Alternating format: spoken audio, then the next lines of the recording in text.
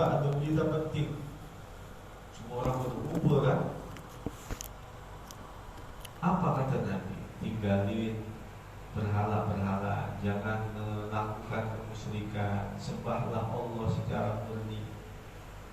Abu Lahab langsung ambil batu, takol Nabi sampai berdarah, patah giginya, pecah giginya. Kata Abu Lahab, gua kata kali lu ngumpulin urusan penting, tiba urusan beginian aja. Takol Nabi, untuk ini kau kumpulkan kami? Perkara yang gak penting, perkara sepele, perkara yang remeh. Itu yang diperlakukan Abu Lahab oleh Nabi kita Muhammad SAW.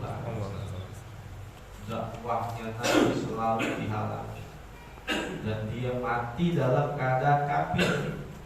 Tapi di setiap hari Senin siksanya diringankan oleh Allah, karena dulunya di hari Senin pernah bergembira dengan kelahiran Nabi Muhammad. Ada annahu fil yaumil itsnaini daima yukhaffafu anhu bisururi bi ahmada famazannu bil abdil ladzi kana umruhu bi ahmada masruran wa mata muwahhida. Diriwayatkan bahwa Abu Lahab itu diringankan siksanya di setiap hari Senin, karena di hari itu dia pernah bergembira dengan kelahiran Nabi Muhammad. Orang yang mati kafir, yang jelas-jelas musuhin dakwah Nabi, diringankan siksanya karena bergembira dengan kelahiran Nabi Muhammad.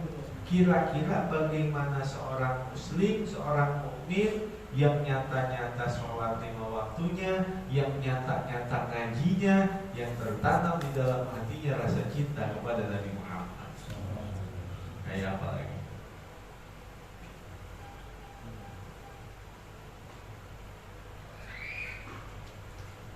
952 Irqi beruqyahlah, ruqyahlah kalian, ruqyahlah kalian malam yakun, selama tidak ada di dalamnya syirkun billahi, kemusyrikan kepada Allah. Ruqyahlah kalian selama tidak ada di dalamnya kemusyrikan kepada Allah. Irqi, ruqyahlah kamu malam yakun, selama tidak ada di dalamnya syirkun billahi, kemusyrikan kepada Allah Subhanahu wa ta'ala. Ruqyah itu pengobatan di luar medis, seumpama dengan bacaan-bacaan tertentu, seumpama dengan tirakat-tirakat tertentu, atau kita datang kepada ahli-ahli ruqyah, kita dibacakan tuh seumpama ayat-ayat Al-Quran, itu termasuk pengobatan juga. Boleh ruqyah selama di dalamnya tidak ada kemusyrikan.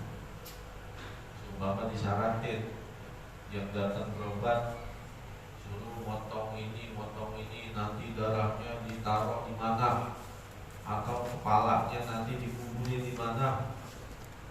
Seperti seumpama itu kebo dipotong lalu ditanam di bawah pohon tertentu dan lain-lain sebagainya.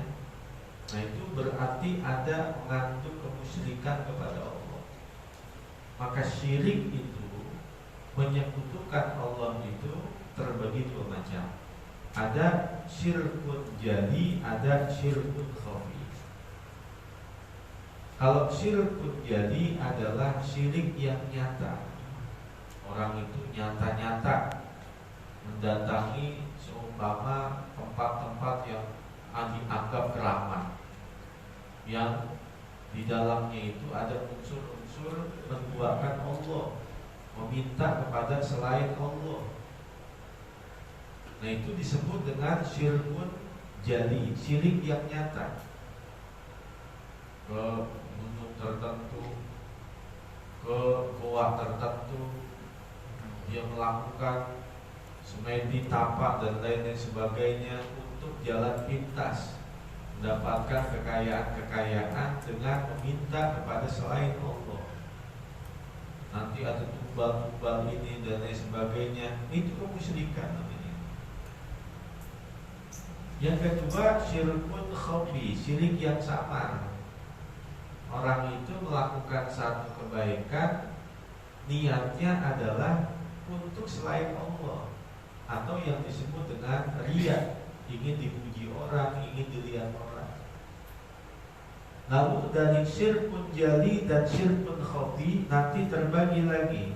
Ada syirik akidah, ada syirik ibadah. Kalau syirik akidah, tertanam di dalam hatinya keyakinan bahwa ada kekuatan yang mendatangkan manfaat selain Allah, bahwa ada kekuatan yang dapat membahayakan, mendatangkan mudarat selain Allah. Itu namanya syirik akidah. Yang kedua, syirik ibadah, yaitu benar-benar menyembah kepada selain Allah. Itu syirik ibadah.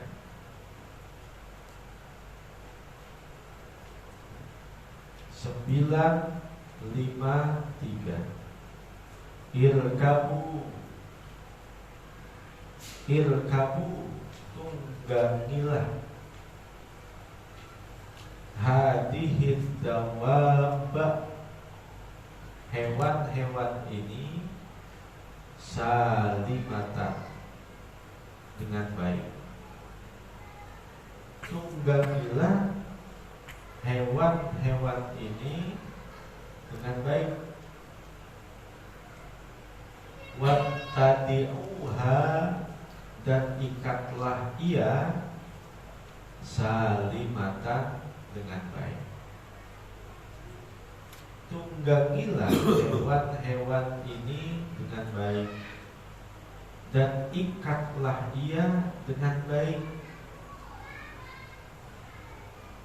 Kalau dulu hewan-hewan yang digunakan untuk kendaraan seperti unta atau kuda dan lain sebagainya, ketika kita menggunakan mereka sebagai hewan-hewan yang dijadikan kendaraan, maka perlakukan mereka dengan baik, kata Nabi. Wala tattakhiduha, dan jangan kalian menjadikannya karosiyah, kursi-kursi, li ahadithikum, untuk bahan pembicaraanmu, fituruqi wal aswaqi, di jalan dan di pasar. Farubba markubatin, karena berapa banyak yang ditunggangi, khairun min raqibiha, lebih baik dari yang menunggangi. Wa aktsaru zikran, dan lebih banyak berzikirnya, lillahi minhu, kepada Allah darinya. Berapa banyak yang ditunggangi lebih baik dari yang menunggangi, dan lebih banyak berzikir kepada Allah darinya. Ini asbab nurutnya. Nabi itu melewati sekelompok sahabat yang sedang duduk di atas hewan tunggangannya sambil ngobrol-ngobrol. Kata Nabi, jangan begitu, perlakukan hewanmu dengan baik. Jangan dijadikan punggung-punggung mereka seperti kursi, sebagai tempat pembicaraan kalian.